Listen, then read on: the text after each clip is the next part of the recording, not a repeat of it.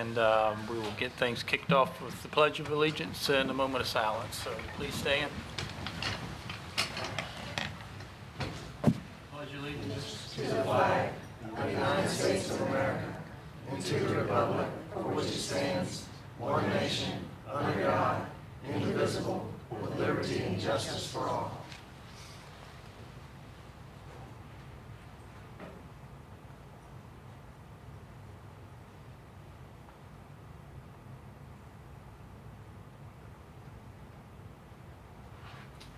Thank you.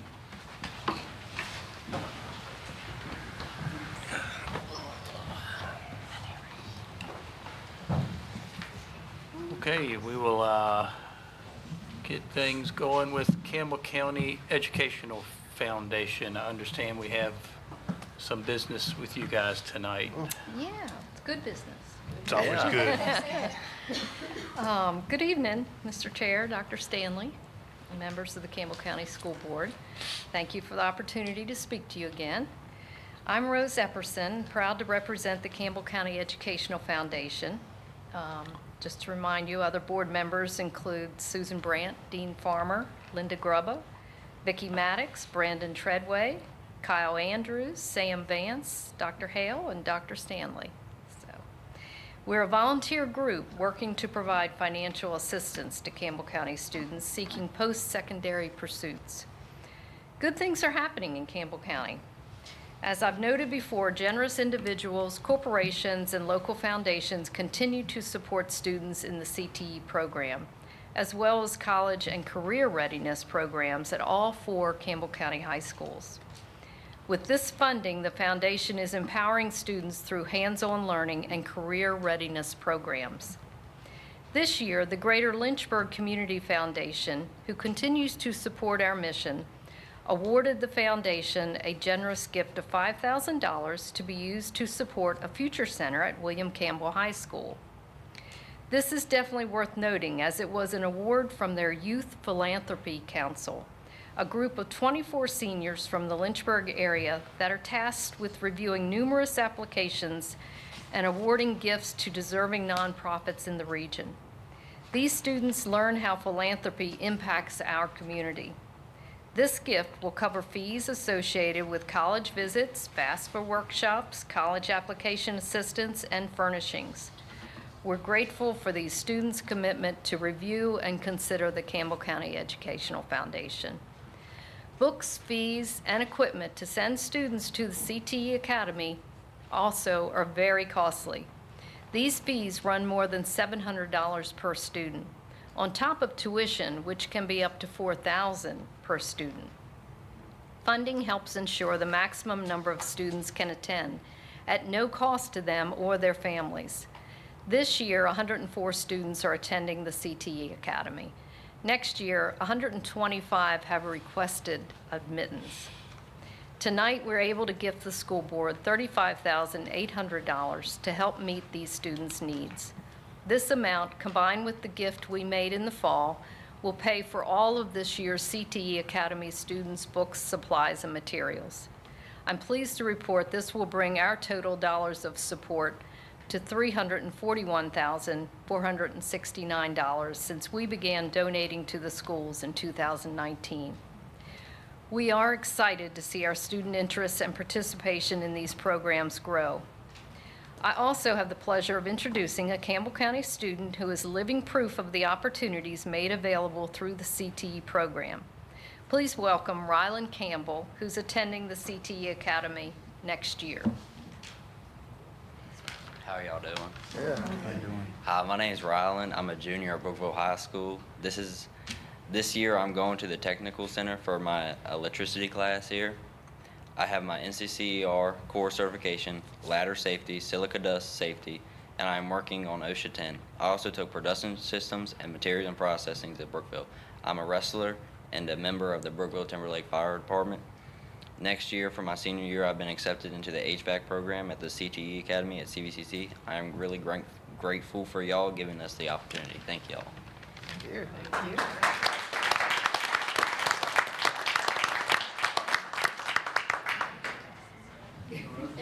And tell us where you're going after you leave here. The fire bar. Yep. So I think, are we going to do a Yeah, photo? please. Now, okay. Gotta get him. Front of the board table.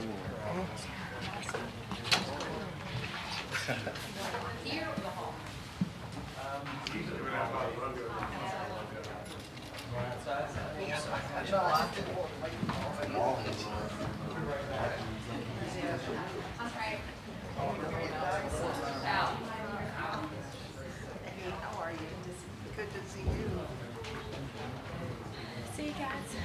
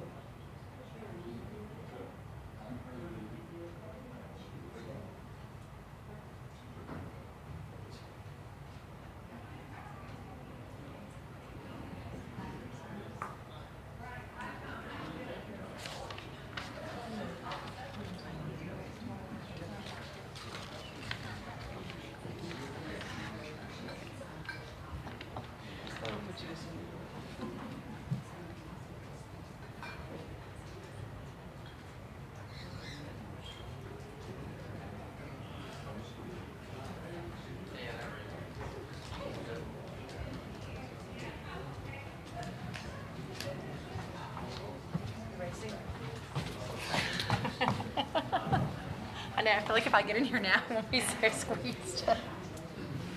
It's not so difficult to get in with the translator.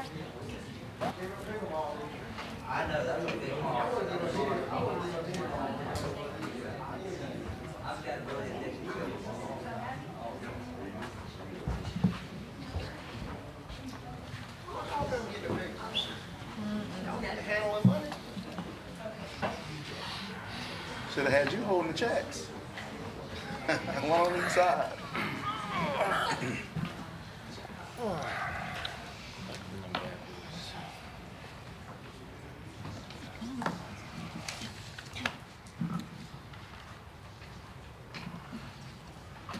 All right, we got everybody back. Yep.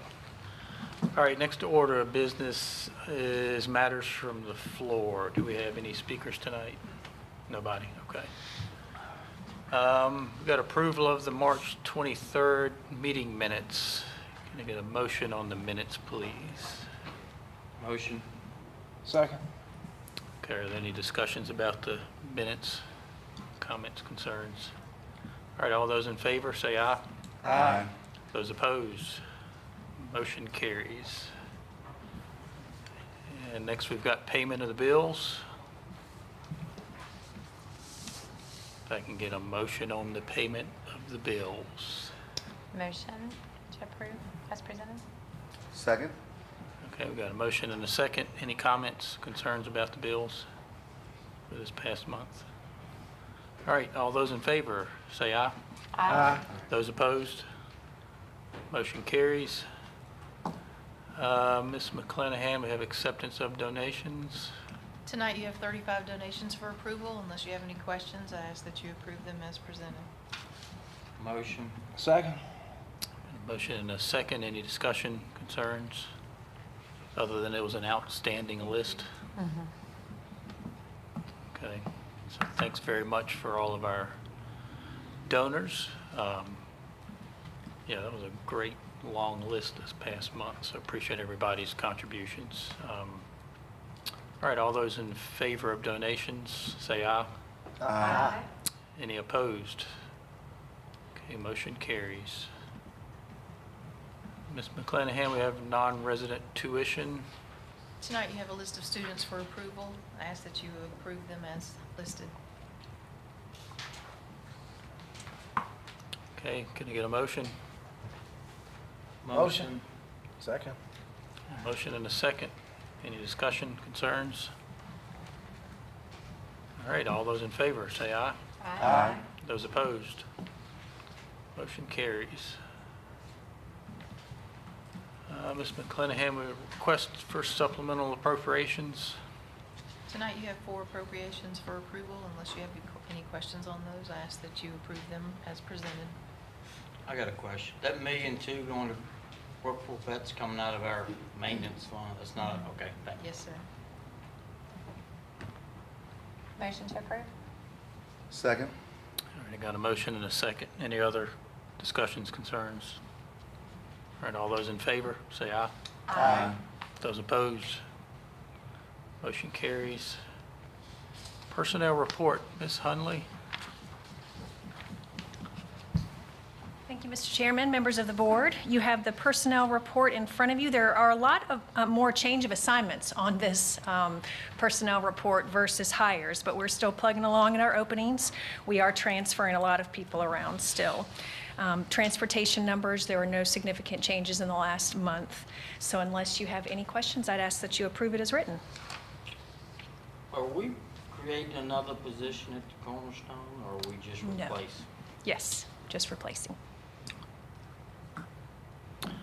And I don't see Mr. Ranella. Transportation, so we have 1 new hire, but 3 resignations. So where are we at with, did you say we're kind of still load leveled with About drivers the same, overall? yes. So right now, he's replacing 1-for-1 bus drivers. If the resignations, if they're attendants, we're not replacing those right now.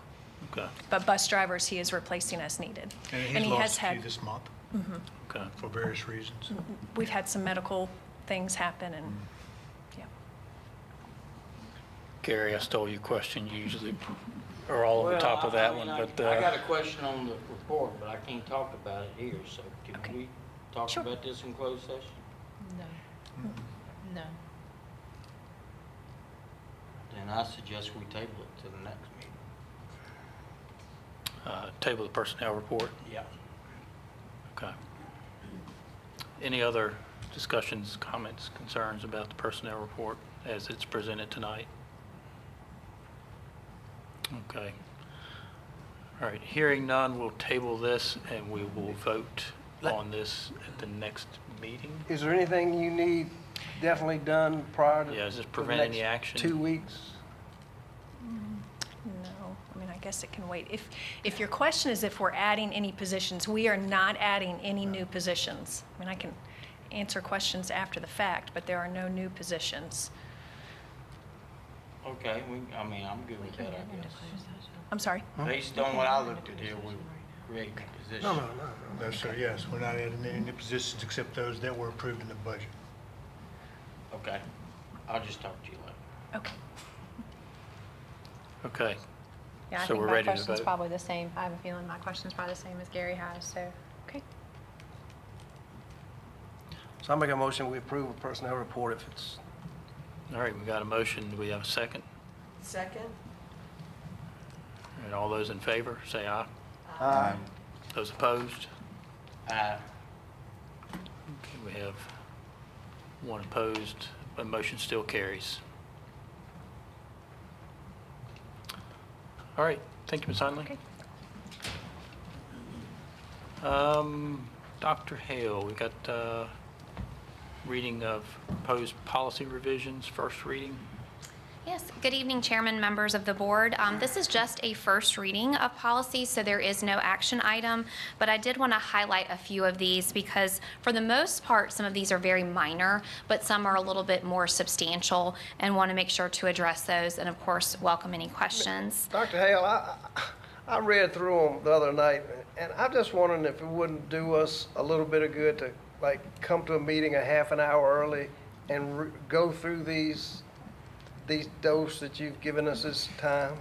Because It's a lot of If you would like a policy work session, we can discuss that for sure. I mean, it's a lot of pertinent stuff in here that's, I think a little bit of discussion may do us all good. Okay.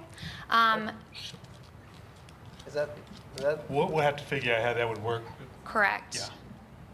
well, I mean, Being after, a potential work I session. mean, after a meeting, I don't care, but I mean, there's a lot of, Or one-on-one conversations, whatever, we can discuss what would be appropriate for that. Right.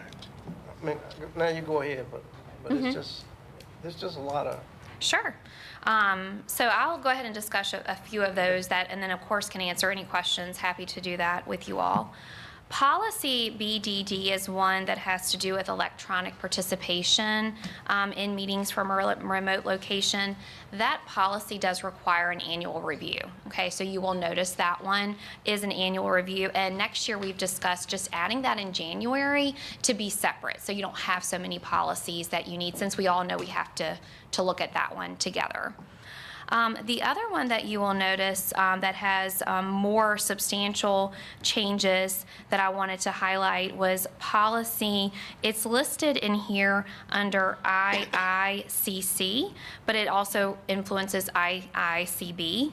And this has to do with community resource persons and school visitors. This strengthens that language and makes sure that it references policy KN and is what we already do for our visitor requirements. It just puts it into our policy so that it is referenced there. Also, we have policy JFCD. That needed substantial revisions to bring it into legal compliance and has legal references. One of the major changes noted there is that it makes it clear about school property. It's school property, events, and buses. So all of those are included for school activities and events. So it adds language there. Also, JFCE is the policy had changed to be gang-related. Any gang-related activity or association, again, that brings that one into legal compliance to reference what is in the Virginia Code. Policy JJAF did not have that many changes, but it is required every 2 years. And so y'all will remember that with the sudden cardiac arrest for student athletes. Policy JM is another one that's every year that we have to look at. This one is restraint and seclusion of students. And so you'll notice that that one is every year that it'll be looked at to address changes. And then the other one that we've been talking about, our pilot for grading, now this is being put into policy. We do want to get that one, make sure that we're prepared for next school year with these changes in our grading. And that reflects the report cards and gradings that we've already been doing in K through 2 for our policy to reflect that. And it also addresses some old language that was in our policy in reference to things that we do not do anymore, including soda. We don't have that. We haven't had that for several years. And it also makes it clear our grading policy for semester-based versus our year-long courses. We do have both in our schools, depending on the grade level for secondary students. And so that is included there. I did want to share some feedback from principals regarding the changes in grades K through 2 with the standards-based report cards. Overall, it has been very positive. There was concern early on in the school year with time to make sure teachers had time to be able to do that, but it has been overwhelmingly positive, and teachers and as well as administrators and staff appreciate how they feel like they really truly know where their students are. Not that they didn't before, but it helps them to have that too. We are still working on time for teachers. We know that that is feedback we hear of making sure our teachers have time to grade, to make sure they're able to communicate with families. And part of the reason why we did not extend this beyond K through 2 for next school year is we really want to have another year to continue that good work before looking at upper grades. I know that was a conversation that we had talked about, whether this would be 3rd grade, 4th, and 5th. We feel like this year has gone well overall, but we still would like to consider another year for just K through 2.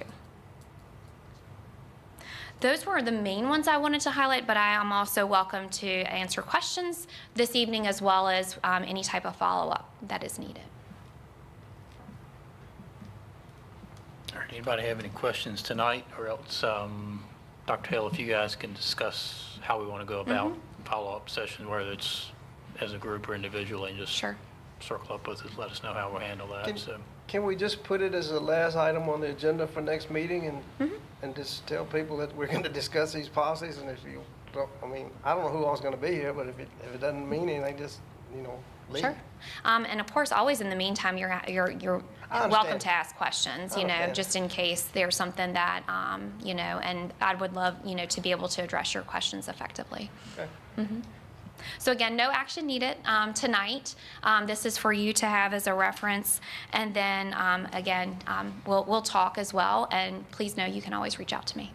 Thank you. All right, All right. thank you. Thank you. Before you leave, can you tell everybody about Thursday? Yes, we have, if I say it right, because I'm still adjusting Round. to the name change. We do have a wellness event, and so this is extended to you all as well. We are going to be at the Hill City Howlers. I've been practicing not saying the Hillcats, or another way that I say howlers that is not the correct way. But please come. You are welcome as long as you're along with your family. At 6-ish, we have our very own Mark Hudson. We'll be throwing the opening pitch. So no pressure. And then we will also be given the tickets as you come in. And so we are excited to be able to do this. We thought it would be a cooler night in April, but by Thursday, I think the temperatures will be up again. But please come. You are welcome with your families. We'd love to have you at the Lynchburg City Stadium, and it's the Hill City Howlers. And your ID gets you in your family. Yeah, and we know you all, but yes, it does. Gets you in your family. We'd love to have you. All right, thank you. Thank you. Thanks. Thanks. Okay, we got student transfer documents, an update on that, Dr. Wilson. Good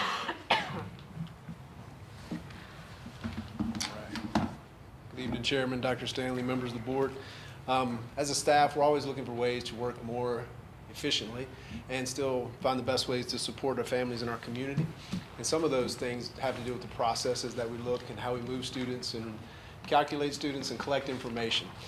So today, I wanted to walk you through some changes that we're going to be putting in place to modernize our student transfer documents. We think our current practices are all paper-based. For families, they may get a link off the website, but then they have to find a way to make that a hard copy, whether it's printed or run by the school or pick it up or drop it off or do those things, which can become very cumbersome not only for them, but for our office staff. Right, so and in that transaction, there's always the risk, and with the best of intentions, of lost documents or inefficient workflows or increasing or decreased access based on their availability and how they get to and from the school.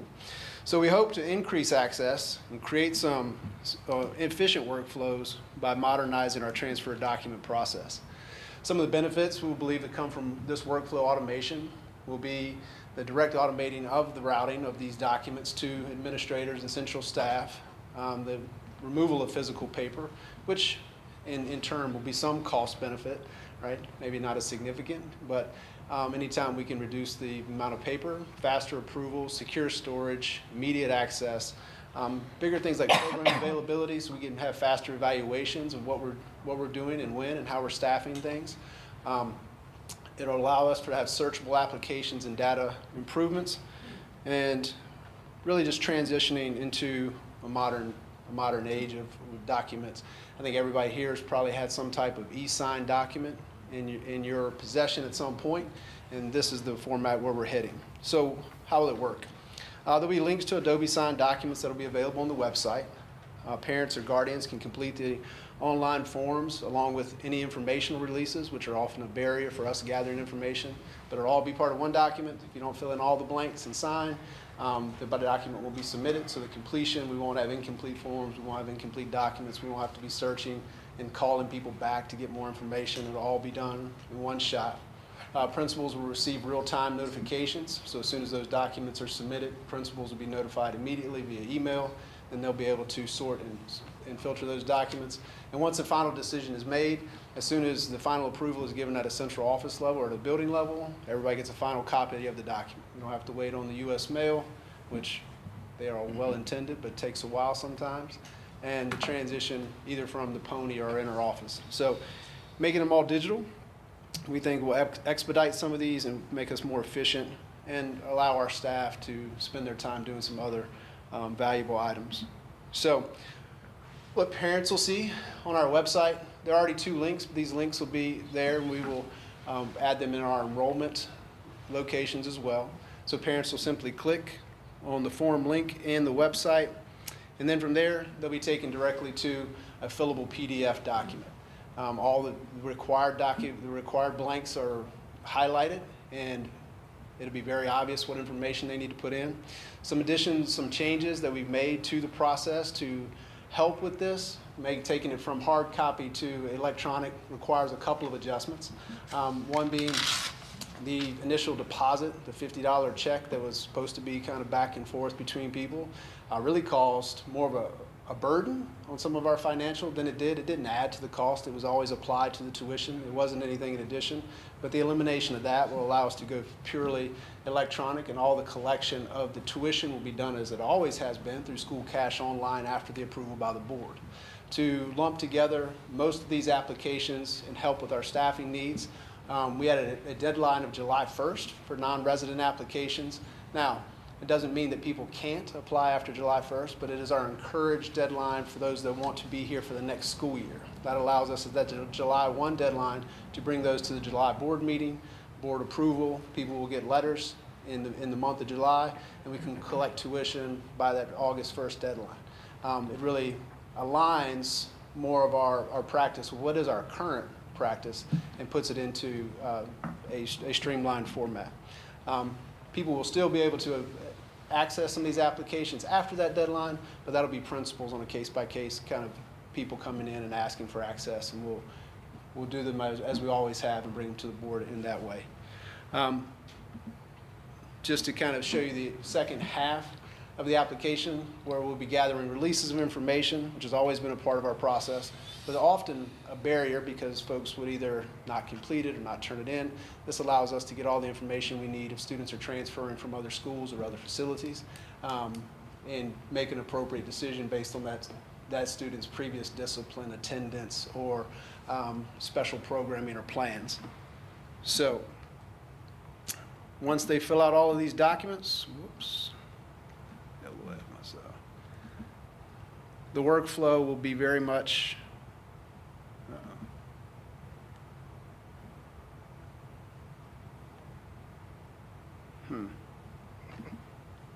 I should have let somebody else do it. They did a better job than me. Once parents hit that final button for those non-resident forms, they go straight to the principal. Once the principal approves, they'll go to Ms. Puckett's office and the financial office for their final approval, and then all of it will be shared into a share folder where it's saved electronically and they're sortable, and everybody receive their copy. That's what will happen for our non-resident and our crossing attendance boundaries forms, both of those. And both of those two populations make up about 572 kids, right? So it's not an insignificant number of transactions that are occurring. So making them electronic really will help us to kind of streamline and make sure all those in one place so we can continue to track and sort and do those things more efficiently. Another document that we use for some of our students who transfer into our zone is what we call a shared housing document, but it's really a residency or an address affidavit process. So this would be those situations where people need to double up or move back. Sometimes there are grown children that are moving back. Sometimes there are folks that are just utilizing the same residence. Our current document requires an affidavit, which is notarized by two parties saying they live in the same place. What we have done through some research is look around at best practices in the state and found some ways to further validate those residents. Talking with our school administrators, they were really seeking some clarity and support on what things we are requiring for residency validation for these folks when they do end up in a shared housing situation. So the things that we've generated in our new document is clarifying language about permanent residence, creating this to be an annual process, which I think it was always the intention for this to be a temporary solution, but now making it something that in writing is an annual process will allow us to track these individuals in Infinite Campus and make sure we get the most up-to-date information on an annual basis. To show you some of the examples or changes here, the first little arrow just says this is a yearly process. That wasn't part of our last form. Historically, if students had a shared housing document, they got in, they did the residency validation, it could be in first grade, they stayed with that residency validation all the way through K through 12, right? So we'll be now checking back in annually. This does a couple of things for us. One, we make sure they're still living in that address for communication purposes as a school. So often we have difficulty getting in touch with family, guardians, parents, all right? Just like we have all of our other residency have to do an annual update in Infinite Campus. This will provide us opportunity for that. And if that family situation changes and becomes more dire, there's another pool where we can access different homeless funds. We can provide transportation, right? So to better support those families, whichever direction their residency goes, whether they establish a permanent residence somewhere else, or if that situation becomes more challenging, we can help with those barriers as well. The second part is the additional documentation we're going to be seeking from the people who are effectively doubling up or sharing housing, right? So we've always required residency validation in the form or a checklist of what's above, but in the second part, we would be looking at things like from those folks, are you receiving a bill at that location? Do you have a driver's license, a car registration, anything that shows that is where you are living and being. And that really, if their situation is genuine, should be a very easy thing to accomplish. They are people in a functioning society that will need those things. And even if it is things like Social Security benefits or welfare benefits or anything that's coming to the address to that affected person. It really, I think we put our administrators in a difficult spot sometimes when we don't have those clear guidelines of what they're looking for. Now they have something to point to, say this is what we need to make this happen for you. And that way we can better support them while supporting the families in our community. So this will not go digital because the second part of it is still an affidavit that needs to be notarized, all right? And there is the language in here where both folks have to show up at the office, which has been the best practice, but it wasn't always enforceable. So now to make sure that is in writing, that they both need to show up. And then, again, the second part is that affidavit that's notarized, right? So this will continue to be a paper document where we continue to monitor annually in that process. I'll stop there just for a second because our next thing is similar but different. I'll kind of talk about. Yes, sir. Have we always required it to be notarized? Yes, sir. The shared housing or the address affidavit. Yes, sir. All right, and it used to be if you lied on that form, it was a misdemeanor. Is that correct? And that's notated in the code. There's code referenced in there. Yes, sir. And what are we doing to help parents that don't have internet or whatnot to fill out these forms?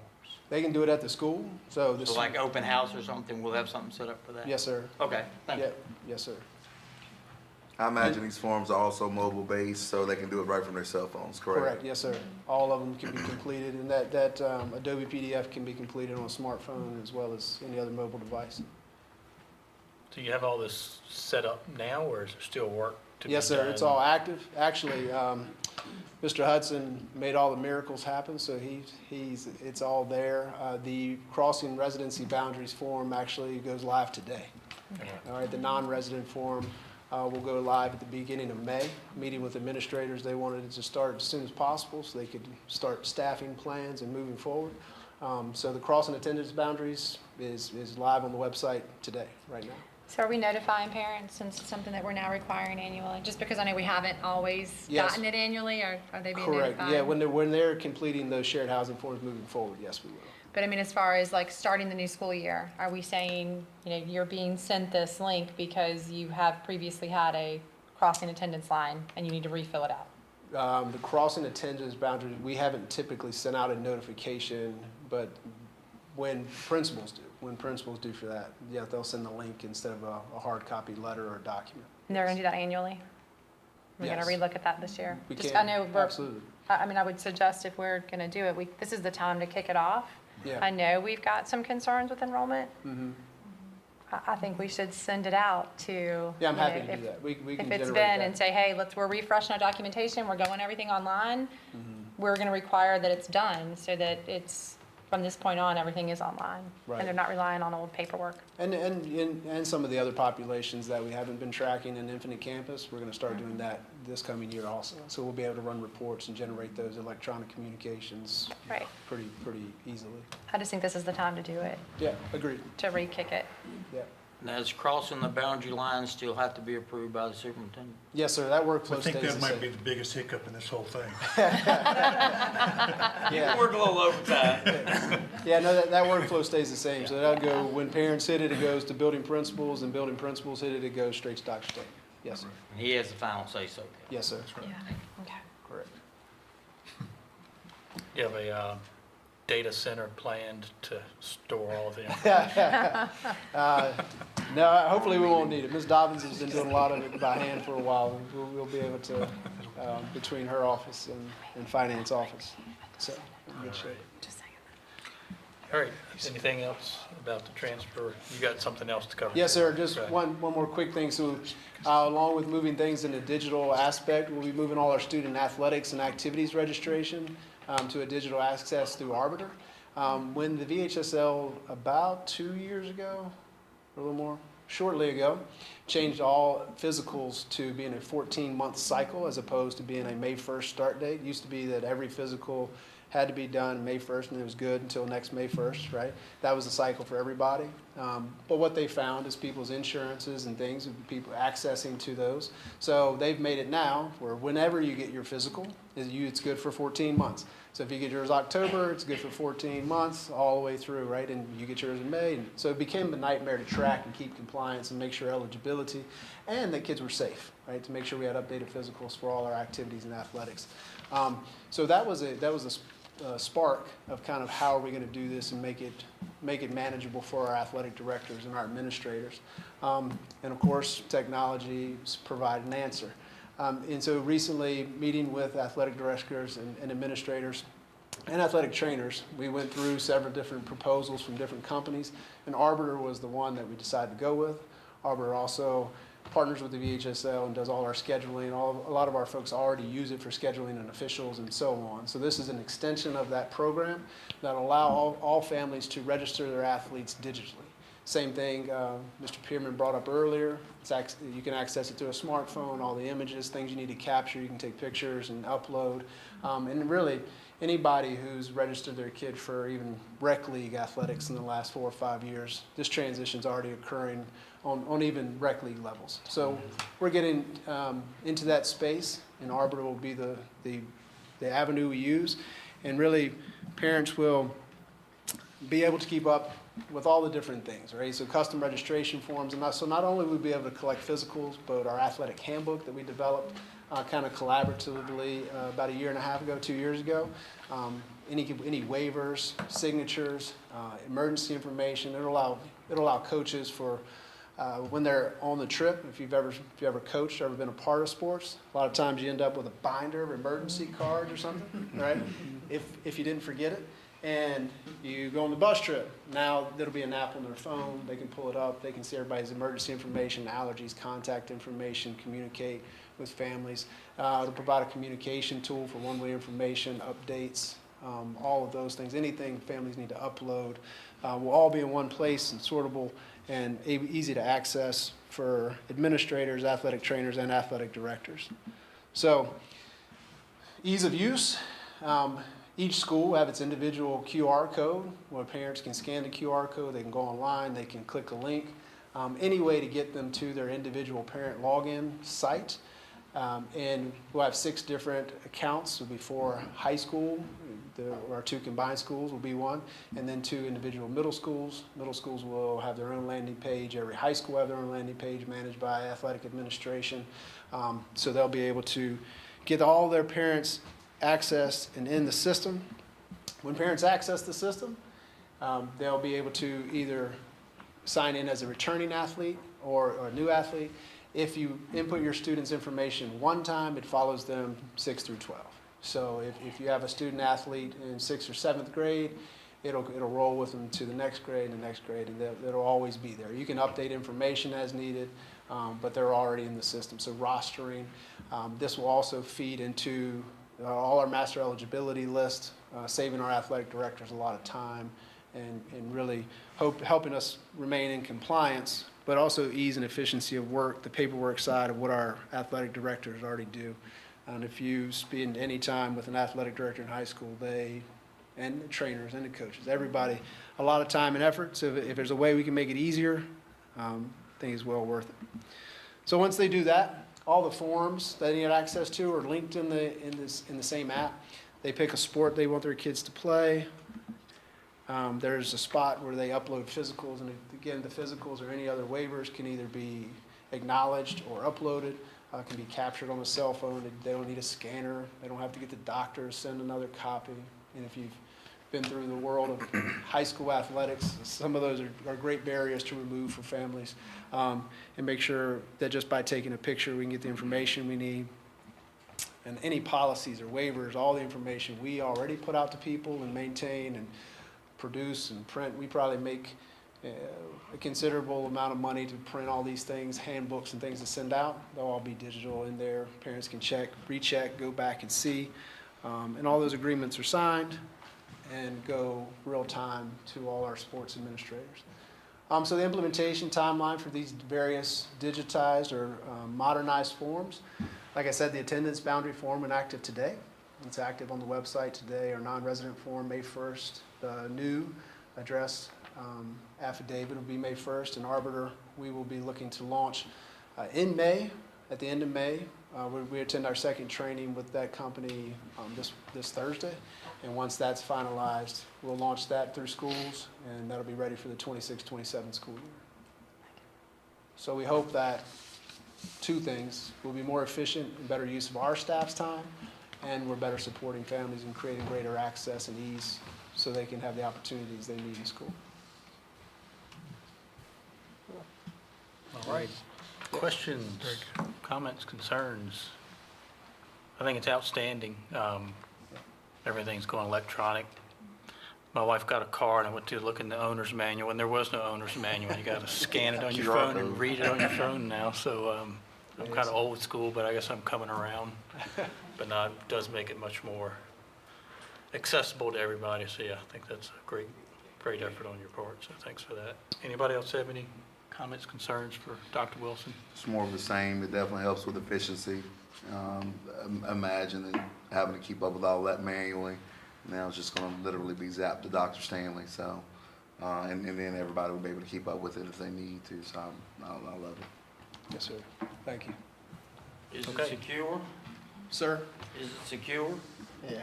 I mean, if a coach leaves or an athletic trainer leaves, will we be able to fix it where they can't access our Oh, yes, sir. information? Yeah, we can go in and actually at a district level, I can manage all rights and permissions for the To different see schools. who can actually see it? Yes, sir. Okay. And thank you. at a building level, that will be the athletic director to start, but if that individual leaves, we can definitely cut that off Change and that. reassign Gotcha. it. Yes, Are sir. there like quarterly user reviews that can be implemented to double check permissions and to make sure we don't have anybody in there that's maybe should be?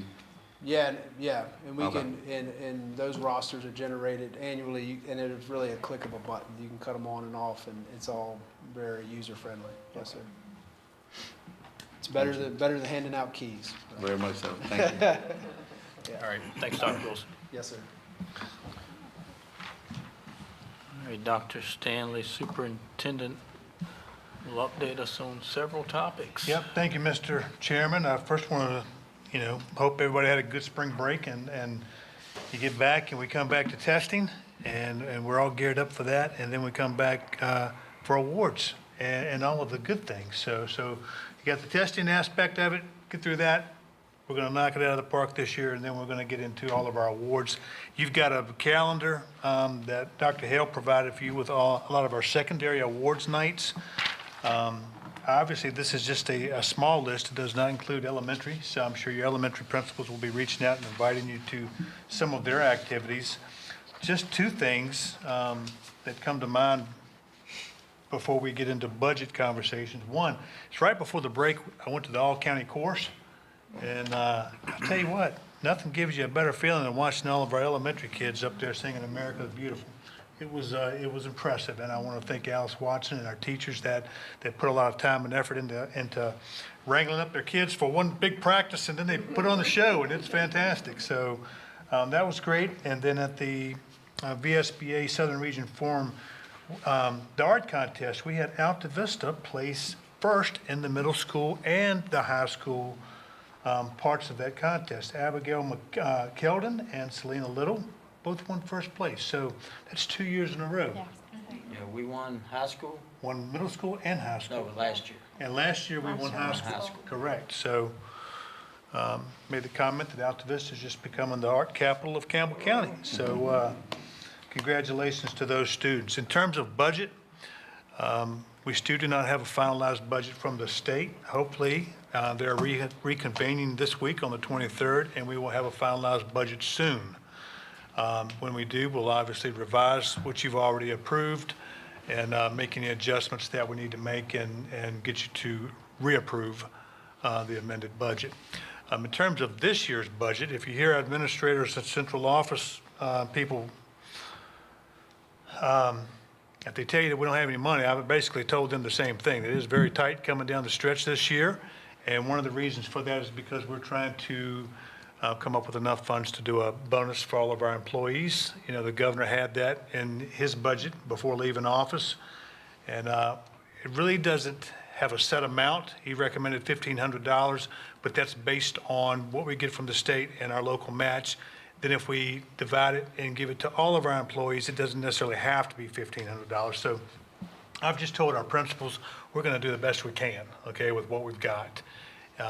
We can either give it this year or next year, and we're going to do our very best to give it at the end of this year. But again, we're just kind of monitoring the budget day to day and going to do the very best we can. At our last meeting, we had RRMM here, and they did their presentation on the feasibility study that we asked them to do for Alta Vista Combined School, and you approved moving that over to our Board of Supervisors for their consideration to finance that project. I think they're still looking at implications of that financing, and as soon as I hear something back, I'll obviously share that with you. But no news on that front as we speak. And that's all I've got for you. All right. Anybody have any follow-up questions from Dr. Stanley's comments? The floor issue at Brookville, has that been addressed with the cleaning of The floor issue at Brookville? the rubber? They are still installing that last time I was there. That was about a week Didn't they have ago. an issue with getting it clean, or? So yes, it needs cleaning, and I've agreed to pay somebody to come in and do a professional cleaning. Get it up to a place where we can turn it over to our custodial staff. Where we can have it. Yep, and part of that cleaning is going to be to show our custodial staff how to do it, proper techniques. All right, thank you. We're trying to wait till the last minute, right before she starts to have award ceremonies and people in the building before we do that. Was it a flaw in the material itself or the way they were trying to get it clean? I mean, I read it as kind of like.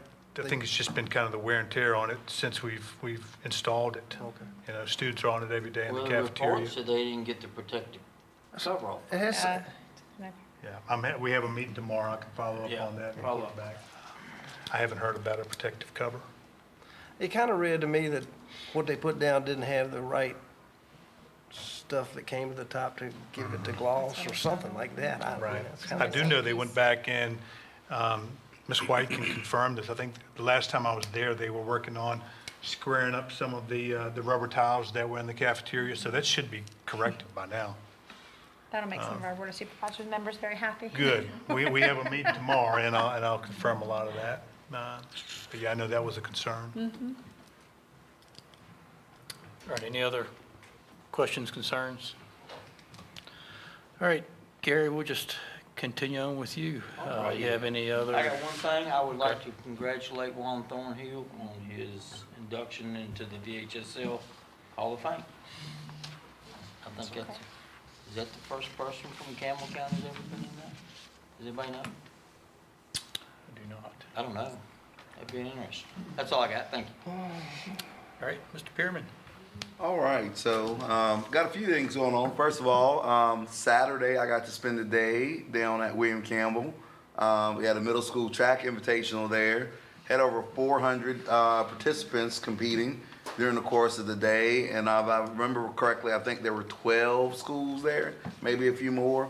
But it was a great day. The community came together, the staff, administration, and everything pretty much went without a flaw. The students were very impressed with the campus. So were the coaches, for those that had been there before, and everybody cleaned up after themselves. It seemed to be pretty well taken care of afterwards. So it was a great event there. The Student Council Association, of course, they organized the Staff Superlatives Initiative, and we're in the final round of voting for that. The results are going to be held at the end of the year award ceremony. Decision Day is coming up on May 1st. So we're excited to recognize the seniors as they move on to their 4- or 2-year college programs, as well as military service, or if they're entering the workforce. We have a prom coming up at William Campbell. Actually, it's at Glendale Manor, I should say, this Saturday. And then I told you about last Saturday about our meeting. And Mr. Moore and the band traveled to Kings Dominion, where they performed this past Saturday. Students had a great day there, and we appreciate the transportation department for making that happen. Our General of the Month at William Campbell is Coach Broggan. Coach Broggan is a weightlifting teacher. He's also a head football coach and an assistant athletic director. So we appreciate his dedication and behind-the-scenes support to ensure our students and athletic programs are on point. At Brookneal Elementary, I'm beginning to say my farewell to Sterling, my friend here. But you have a lot of great things going on at Brookneal. The girls on the run participants, they have a 5K at Sweetbriar coming up on May 2nd. We're in an assessment season, of course. We look forward to seeing the students earn some great scores there. We have a field day coming up on the 26th and 27th, a talent show on the 28th, and then year-end ceremonies on the 29th. And then Brookneal, our staff member of the month is Megan Blanchard. She's a 4th grade teacher. She's full of positive energy, enthusiasm, and has a desire to change students' lives. So I would like to appreciate her. And last but not least, I would like to congratulate Ms. Bowling. She's going to be appointed as our new principal at Brookneal Elementary. So congratulations. Thank you. All right. Leesville Road PTO will host its fun run on April 24th to raise funds for teacher support, art programs, and general school needs. Those interested in contributing can visit mybooster.com. Leesville Road also held a successful career day on April 14th, welcoming 28 businesses to come speak with welcoming people from 28 businesses to come speak with students. A highlight of the day was a visit from Central One, which landed in the playground, an exciting moment for everyone involved. Congratulations to the speech team on their second state championship, and thank you to the Campbell County Sheriff's Office for providing a celebratory escort home. It was a memorable experience for students and the community. Congratulations as well to both choir and band programs at BHS for earning superior ratings at their district assessments. I also wanted to recognize Kaylin Tucker, who broke 2 records this weekend. Pretty sure they were her records, with a 100-meter time of 11.08 and 200-meter time of 24. I didn't get the last point on that, but 24, pretty quick. Fast. Yes. I also had the opportunity to attend the College and Career Fair at the Tech Center, which continues to grow each year. It was rewarding to see students exploring their next steps and the many opportunities available to them.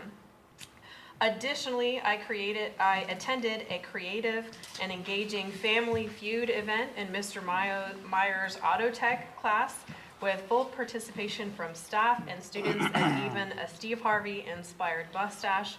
It was a fun and memorable way to reinforce learning. That's all I've got. All right, thanks. Ms. Tanner, we'll All just right. keep on going down the line. That's fine.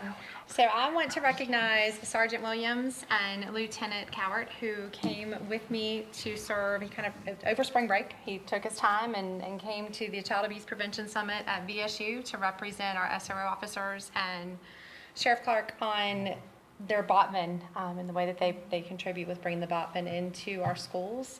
They did a wonderful job representing Campbell County in the program, and that program is now recognized as a state model that that we have. So we're kind of the guinea pigs that did it, and it was successful. And the state is now recommending that statewide. So we really had to look at like a VSBA conference to be able to share that, I think, in the presentation in the future and bring them on board with us.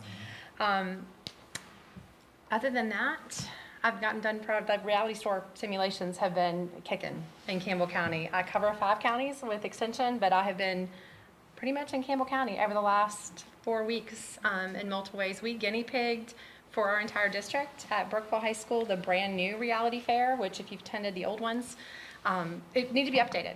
And so Christine certainly offered her finance students to do that. We brought in agents from across the state that came in and guinea pigged it with us, and it was a very successful opportunity. We're excited that it went as well as it did.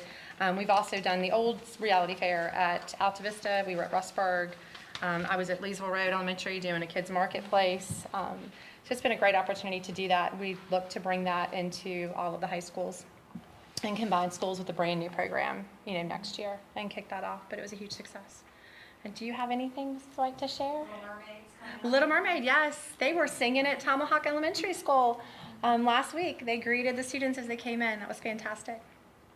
What are the dates for that? I think it's Thursday, Friday, and Saturday. Yeah. We don't have a Sunday too. Saturdays during the day, so we have a problem as well. It's at EC class. Yes. Can you buy Yeah, they tickets? did. Can you buy tickets did, there, or yes, do you have to it's get them ahead of time? It's on there. Okay. I don't know. Maybe I did give that last time. The speech, our speech repeated as state champions again. I thought I stated that last time. Maybe I Kristen? didn't. I may not have. Maybe Kristen did. I think last time. Kristen said- oh, wow. Yeah. Kristen's really good about always giving us like the full report. I feel like I come in after and the last few little things I have to. That's all. All right, Mr. Jones. Mr. Bennett, since you sacrificed your pickleball night, stand up and tell us what's happening at Concord. There's not a lot as we're mainly preparing for SFL testing, but we do have one of our fundraisers that's on the fun run will be this Friday. Next Friday, we have an SFL kickoff, little assembly type thing for the kids. Again, we try to get them excited for some of the first ones. And then we have a kindergarten first grade performance in 2 weeks. And then we have all the end of year ceremonies, either the next to last day or the last day of school. Sound like you got your hands full. So a lot of little things going on. Thank you, sir. David, I just wanted to share with this. I'm really enjoying your vice chair training. I'm really impressed how you're training your vice chair. You just throw her in the fire. Sink or swim, baby. But she's done an extraordinary job, and I hope you're sharing your check with her for carrying your load. But I guess the greatest thing is, Dr. Wilson, would you share with Ashley, that career day is just extraordinary. Mr. Pierman, Mr. Hardy, I mean, it's extraordinary.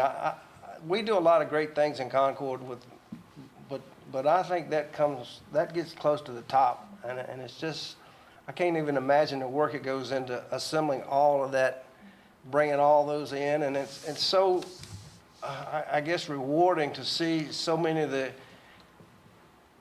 young adults that went to school with, like my children, that are there running these businesses now and recruiting, our students. And that, I mean, that's really, but just tell her it's just fantastic. Certainly want to thank the Campbell County Education Foundation for their almost $36,000, and they're getting close to $500,000, since inception.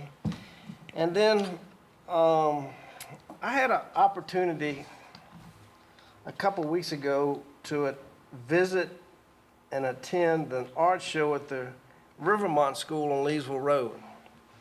I didn't know much about it, and I still admit I don't know much about it, but it's right off of Leesville Road, just down from Greenview, and they had it was a Wizard of Oz art display, and they had so many things that I don't know who made them all, but it was really pretty much anything to do with the Wizard of Oz. It was there. I met the principal and the vice principal. Let me see. I forget where I wrote the name down. The principal is Ms. Beth Ackerman. And I think the principal is Andrea Daniel, and the CEO who runs the whole thing is Beth Ackerman. I don't think we pay them anything. Is that correct? They have some of our students, but I don't think we pay them anything. And it was kind of like a lot of chaos going on there. So I got them to send me a bullet of what they do, and just bear with me. Rivermont Lynchville Leesville is a private day placement for students whose educational needs can't be met in the public school setting. We service a variety of disabilities, including autism, intellectual disabilities, multiple disabilities, speech and language, and other health impairments. Our program is unique and can offer supports beyond what's available in typical school settings, including applied behavior analysis, programming, smaller class sizes, multiple support personnel per classroom, spaces for sensory needs, emotional regulation areas, and extensive training for all staff in de-escalation and crisis management. So they have a hard job. And it's kind of chaotic in there, to tell you just honest truth. But they were very, very welcoming. If you haven't been, it's worth just dropping in over and seeing what they got. It's very impressive. They converted a church there, and I think they got another one on Old Forest Road. This one on Leesville, I think, prioritizes autism difficulties, but then they have quite a few more across either Virginia or the East Coast. So it's worth a visit if you ever get a chance. And let's see, certainly want to congratulate all of the new reassigned personnel that are taking on new roles, and congratulations or condolences or whatever you want to have. But we certainly look forward to working with you in your new assignments, and that's all I got, Dave. All right, Ms. Parker. Yes, thank you. I'm looking forward to the STEM. This will be my first year for the STEM Academy internship presentations, so I'm looking forward to that this week. Also looking forward to our final Student Advisory Council meeting this week. Education Foundation, big thanks. That was amazing as always. Outstanding donations. I know you guys heard some of the numbers, but that's in a month. We had $24,000 in donations. Just goes again to show how our community really comes around and is out there willing to help us when any of our students or our schools need it. That's so very thankful for that. CT Career Day too was awesome. With Christine in the audience, Brookville really stepped up. I know I mentioned it at the last one. I just happened to be in the building when they were prepping the students for job interviews, not just going around table to table to see what the employers offered. And even Mr. Vance came over and said, I actually got resumes, received resumes, not just interest. So the students were very serious about it and were excited. It was also, I didn't stay for all the schools, but it was the first time I've attended and saw a female student do the chin-up challenge. So that was really cool too, with the Marine Corps. And it was, the kids just looked, they looked engaged this time. And I also really appreciate the counseling staff and all the teachers and you guys there at Brookville who helped them be empowered to go and actually look at it as an interview opportunity instead of just a job fair. So that was awesome, and that's all I have today. All right, thank you, Ms. Parker. Did we cover the science fair awards at the last meeting? I was going to touch on that real quick tonight, but we had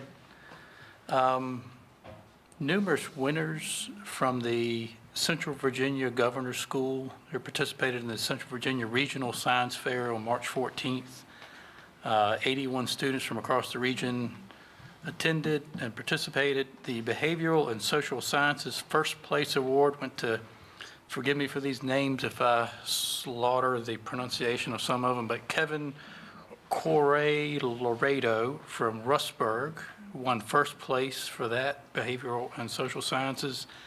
Chemistry, Genevieve Fitzgerald from Brookville won first place in that division. And Energy and Embedded Systems, another first place winner, Jacob Kayez from Brookville High School.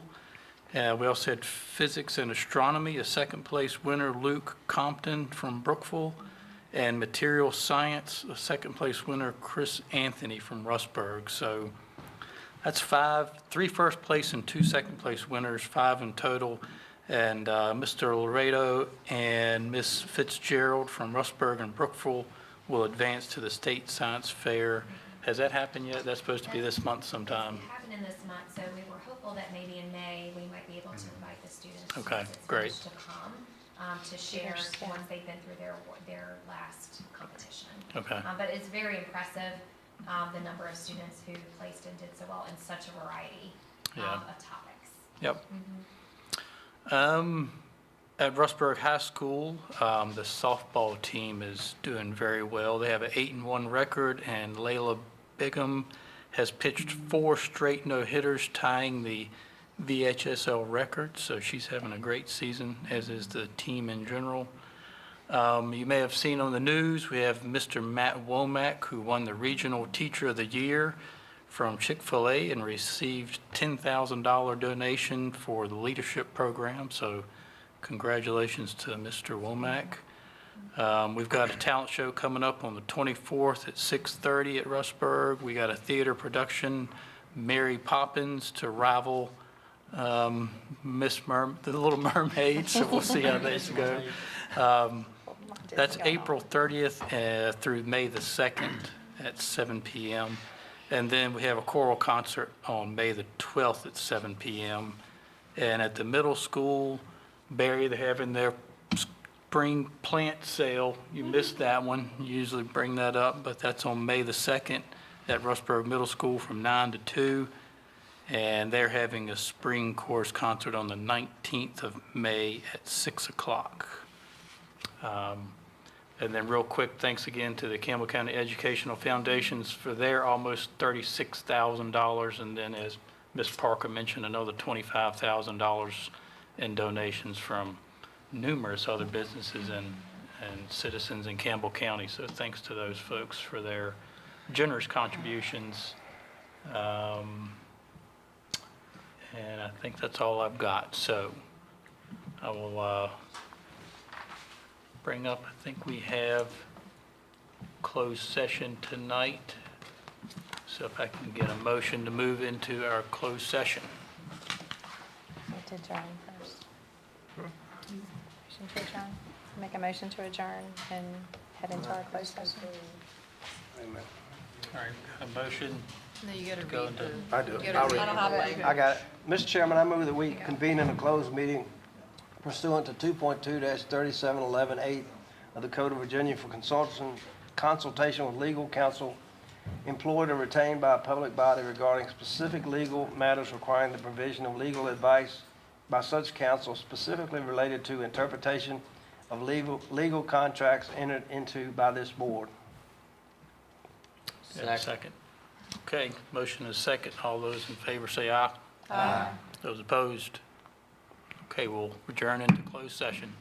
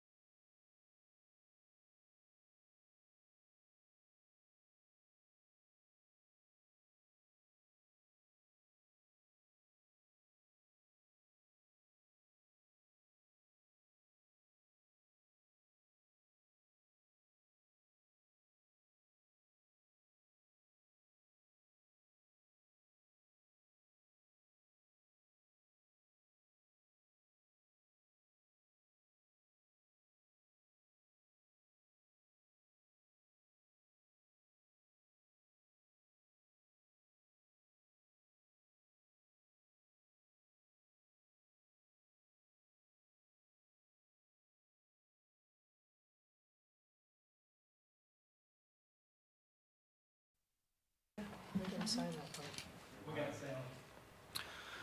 Okay, motion to certify closed session. I ask for a motion certifying that to the best of each member's knowledge that during our closed meeting, only public business matters lawfully exempted from open meeting requirements by Virginia law, and only such public business matters as were identified in the motion convening the closed meeting were heard, discussed, or considered in the meeting by the school board. Motion. Second. All those in favor, raise your right hand. Those opposed? Okay, motion passes. And I now ask for a motion for the meeting to be adjourned. So moved. Get a second? Okay, meeting is adjourned. Thank you.